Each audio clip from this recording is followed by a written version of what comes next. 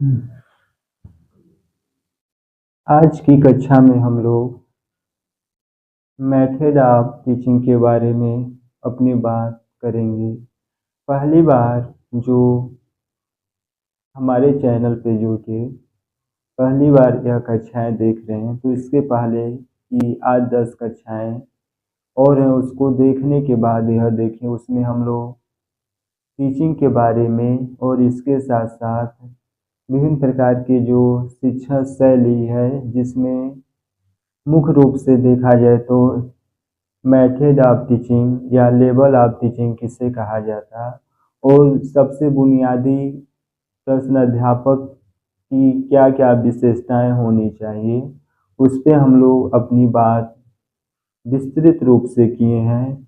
आज की कक्षा में हम लोग बातचीत करेंगे कि मेथड ऑफ टीचिंग, जिसे प्रायः शिक्षक के तरीके के नाम से भी जाना जाता है, समझने का प्रयास करेंगे कि मेथड ऑफ टीचिंग वाकई होता क्या है। जब भी कोई अध्यापक छात्र को जो भी ज्ञान की शाखाएं हैं, यानी कि कहने का आशय यह है कि अध्यापक जब भी छात्र को जो भी कुछ सिखा रहे हैं, तो उसको सिखाने के लिए विभिन्न प्रकार की शैली विकसित है, जिसमें समाजशास्त्र से लेकर शिक्षाविद तक विभिन्न प्रकार के शैलियों के माध्यम से जब अध्यापक प्रायः छात्र को सिखलाते हैं, तो उसे हम मेथड ऑफ टीचिंग कहते हैं। पुनः एक बार और समझने का प्रयास करें कि जब अध्यापक प्रायः छात्रों को विभिन्न प्रकार के जो सिखाने की शैली है, जिसमें शिक्षा शास्त्र से लेके शिक्षाविद तक, या विभिन्न प्रकार के शैली है जिसमें प्रायः आधुनिक समय की जो शैलियाँ या क्लासिकल समय की जो शैलियाँ हैं, अन्य शैलियों के माध्यम से अध्यापक जब छात्र को सिखलाते हैं, तो उसे मेथड ऑफ टीचिंग या सिखाने के तरीके के नाम से जानते हैं। सबसे पहले हम देखेंगे कि अध्ययन की सुविधा के अनुसार इसको 2 भागों में विभाजित किया गया है। पहले को टीचर सेंटर मेथड के नाम से जानते हैं, दूसरे को लर्नर सेंटर या इंक्लूजिंग मेथड भी कहते हैं। दूसरे को लर्नर सेंटर मेथड या इंक्लूजिंग मेथड के नाम से भी जाना जाता है। सबसे पहले हम लोग एक एक करके अब समझने का प्रयास करेंगे कि टीचर सेंटर अप्रोच मेथड क्या होता है। टीचर सेंटर मेथड के अंतर्गत, जिसे प्रायः शिक्षक केंद्रीय विधि के नाम से भी जाना जाता है। अब हम सबसे पहले समझ ले कि टीचर सेंटर विधि के अंतर्गत होता क्या है। टीचर सेंटर विधि के माध्यम से देखा जाए तो यह क्लासिकल टीचिंग शैली, यानी कि प्रारंभिक समय से जो चली आ रही शिक्षण व्यवस्थाएं हैं, इसके तहत देखा जाए तो टीचर सेंटर अप्रोच मेथड कहने का से यही मात्र है कि इसमें जो भी अध्यापक या टीचर हैं, जो भी कुछ छात्र को सिखा रहे हैं, तो अध्यापक अपनी रुचि के अनुसार और अपने सिखाने के तरीके के माध्यम से वह विद्यार्थियों को जो भी कुछ सिखा रहे हैं उसको सिखाएंगे।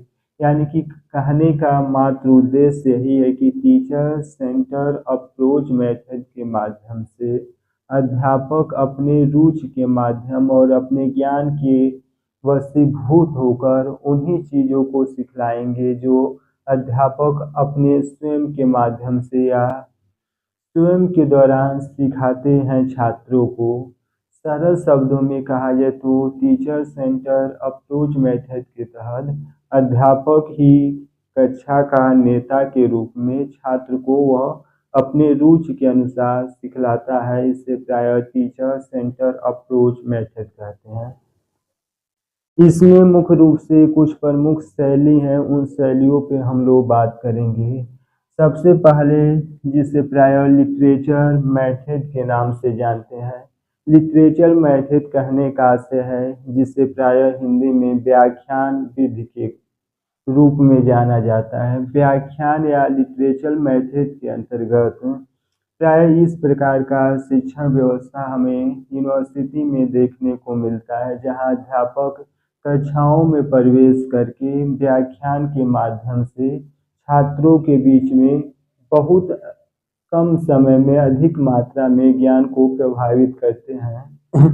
यानी कि इस विधि के माध्यम से अध्यापक कम समय में ही अधिक पाठ्य पुस्तक को छात्र के सामने प्रस्तुत करते हैं। इसकी प्रमुख विशेषता के रूप में देखा जाए तो इस शिक्षण विधि के माध्यम से अधिक ज्ञान को कम समय में ही संप्रेषित किया जा सकता है।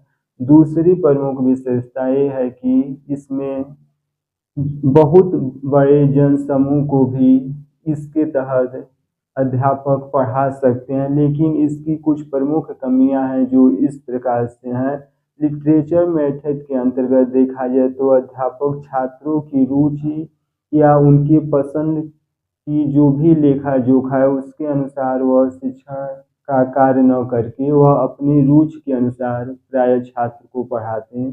दूसरी सबसे बड़ी कमी ये है कि व्याख्यान विधि के माध्यम से प्राय जो भी छात्र के मन में किसी भी प्रकार से कोई भी डाउट है उसके डाउट को वह अध्यापक से पूछ नहीं पाते। इसे प्राय लिटरेचर या व्याख्यान विधि कहा जाता है। दूसरे पे जिसे प्राय चाल्क एंड टाल्क, जिसे प्राय अध्यापक अपनी बात को कहते समय उसको स्पष्ट रूप से अभिव्यक्त करने के लिए कुछ शब्दों को और कुछ बातों को चार्ट के माध्यम से ब्लैक बोर्ड पे लिखते हैं और उसको व्याख्यायित करते हैं। तीसरा जिसे प्राय डेमोटेशियन या प्रदर्शन विधि कहा जाता है। डेमोटेशियन के तहत अध्यापक प्राय प्रोजेक्टर के माध्यम से या पावर पॉइंट के माध्यम से विभिन्न प्रकार के दृश्यों के माध्यम से छात्र के सामने प्रस्तुत करते हैं। इसे प्राय डेमोटेशियन या प्रदर्शन विधि कहा जाता है। अंत में टीम टीचिंग, यानी कि टीम टीचिंग का आशय है कि कुछ अध्यापक का समूह मिलके इसे कोऑपरेटिव लर्निंग के तहत रखा जाता है। कुछ अध्यापक का समूह मिलकर आपस में शिक्षण व्यवस्था को सुगमता से बनाए रखने का प्रयास करते से टीम टीचिंग कहा जाता है। इसे प्राय को सहयोगात्मक शिक्षण के रूप में भी जाना जाता है। यहाँ तक हमने टीचर सेंटर मेथड के बारे में जाना। पुनः एक बार रिकॉल के रूप में हम अपनी बात करेंगे। शिक्षक केंद्रित विधि के तहत अध्यापक अपने रुचि के अनुसार छात्र को पढ़ाते हैं। प्राय यह एक तरफा संवाद होता है। इसमें छात्रों से फीडबैक लेने का अवसर प्राय अध्यापक नहीं देते हैं। इसमें कुछ प्रमुख शैलियाँ जिसमें लिटरेचर विधि के माध्यम से या व्याख्यान विधि के माध्यम से अध्यापक प्राय विश्वविद्यालय की कक्षाओं में कम ही समय में अधिक मात्रा में ज्ञान को संप्रेषित करते हैं। इसकी कुछ कमियां हैं। कमियां के रूप में देखा जाए तो प्राय छात्र के मन में जो भी किसी भी प्रकार की डाउट या संदेह होता वह अध्यापक से पूछ नहीं पाते हैं। और सबसे बड़ी बात यह है कि अध्यापक अपने रुचि एवं शैली के अनुसार छात्रों को पढ़ाते हैं। चार्ट टाल के माध्यम से अध्यापक कुछ तथ्यों एवं अवधारणाओं को ब्लैक बोर्ड पे लिख के छात्रों के सामने प्रस्तुत करते हैं।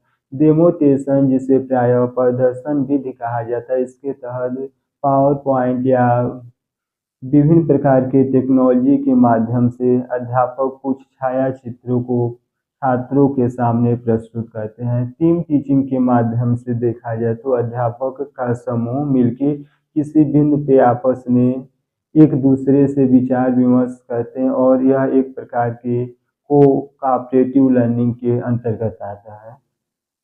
यहाँ तक होने के बाद हम लोग लर्नर सेंटर जिसे प्राय इंक्लूड मेथड के नाम से जाना जाता है उस पर हम लोग बातचीत करेंगे। सबसे पहले हम लोग समझेंगे कि लर्नर सेंटर या इंक्लूड मेथड होता क्या है। अध्यापक और छात्र यानी कि अध्यापक यह मान के चलता है कि जो यानी कि स्टूडेंट और टीचर दो मुख्य पहलू हैं। इसमें जो भी अध्यापक टीचर हैं यह मान के चलता है कि कक्षा में जो भी छात्र हैं उनको सीखने की शैलियाँ यानी प्रत्येक छात्र के सीखने की शैली अलग अलग हो सकती है, क्योंकि हर बच्चा अपने आप में एक अद्वितीय है। कोई किसी भी काम को कम ही समय में कम ही कौशल में अधिक मात्रा में सीख लेगा, जबकि कुछ छात्र काम को सीखने में ज़्यादा समय लेते हैं। इसको ध्यान में रखते हुए अध्यापक यह सुनिश्चित करते हैं कि प्रत्येक छात्र की जो सीखने की शैली है वह अलग अलग है, क्योंकि हर छात्र अपने आप में अद्वितीय है। तो अध्यापक जिन शैलियों के तहत विभिन्न प्रकार के शैलियों का प्रयोग करके अध्यापक जो भी कुछ छात्र के सामने प्रस्तुत करता है या उन्हें सिखाने का प्रयास करता है, इसे हम प्रायः लर्नर सेंटर अप्रोच विधि के नाम से जानते हैं। पुनः समझेंगे कि लर्नर सेंटर अप्रोच के तहत अध्यापक विभिन्न प्रकार के जो भी स्टूडेंट हैं उनको सीखने की शैलियाँ अलग अलग हैं, इसलिए अध्यापक प्रायः छात्रों को सीखने की शैली के अनुसार सिखाने का प्रयास करता है। इसलिए प्रायः हम लर्नर सेंटर मेथड कहते हैं। इसमें कुछ प्रमुख विधियां हैं, उस पर हम लोग अपनी बातचीत करेंगे। सबसे पहले एक्टिव लर्निंग का अर्थ है कि अध्यापक कक्षा रूम में जो भी छात्र उपस्थित हैं उनके बीच में एक्टिव शिक्षण विधि के माध्यम से कक्षा को रोचक बना के छात्रों को सिखाता है। उदाहरण के रूप में देखा जाए तो एक्टिव लर्निंग के माध्यम से कक्षा में जो भी छात्र उपस्थित हैं उनसे प्रायः किसी भी प्रकार का प्रश्न पूछना, अपनी बातचीत में छात्रों को शामिल करना और इसके साथ साथ उन कक्षाओं में छात्र को ध्यान आकर्षित करने के लिए किसी प्रकार के संवाद में शामिल करना, यह सब एक्टिव लर्निंग के अंतर्गत आता है। यानी कि एक्टिव लर्निंग के माध्यम से प्रश्न पूछना या आपस में विचार विमर्श करना या विवाद करना किसी चीज को लेके, इसके तहत छात्रों का मुख्य उद्देश्य अध्यापक यह सुनिश्चित करता है कि छात्र की कक्षा में रुचि बनी रहे, इसलिए हम इसे एक्टिव लर्निंग कहते हैं। एक्टिव लर्निंग के तहत अध्यापक और छात्र दोनों आपस में मिलकर शिक्षण व्यवस्था को चलाते हैं। इसमें अध्यापक छात्रों से बीच बीच में प्रश्न पूछते हैं या टेस्ट लेते हैं कि यह